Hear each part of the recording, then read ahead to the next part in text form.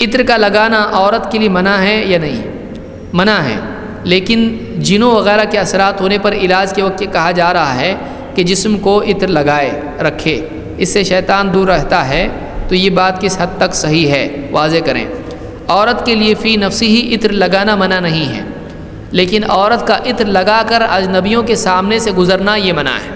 اسی لیے اللہ کے نبی صلی اللہ علیہ وسلم سے کہا کہ ایک عورت جب عطر لگا کر باہر نکلتی ہے تاکہ لوگ اس کی خوشبو پائیں تو وہ بری عورت ہے۔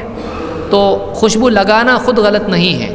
یہی وجہ ہے کہ آپ دیکھیں کہ جمعہ کی حدیثیں جو آئی ہیں اس میں کہا اللہ کے نبی صلی اللہ علیہ وسلم نے کہ عطر لگا کے آئے، مرد کے لیے کہا چاہے وہ عورت کا عطر کیوں نہ ہو۔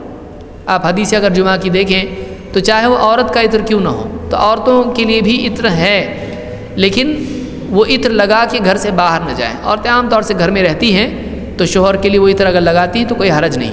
دوسری بات یہ کہ عورت کا عطر ایک دم ایسا نہیں ہونا چاہیے کہ جو بالکل یعنی دور تک خوشبو محسوس ہو، بلکہ بہت ہلکا عطر وہ ہونا چاہیے، بہت ہلکا وہ ہونا چاہیے، اس کی خوشبو بہت ہلکی ہونا چاہیے کہ جو قریب ہے صرف اس کو محسوس ہو۔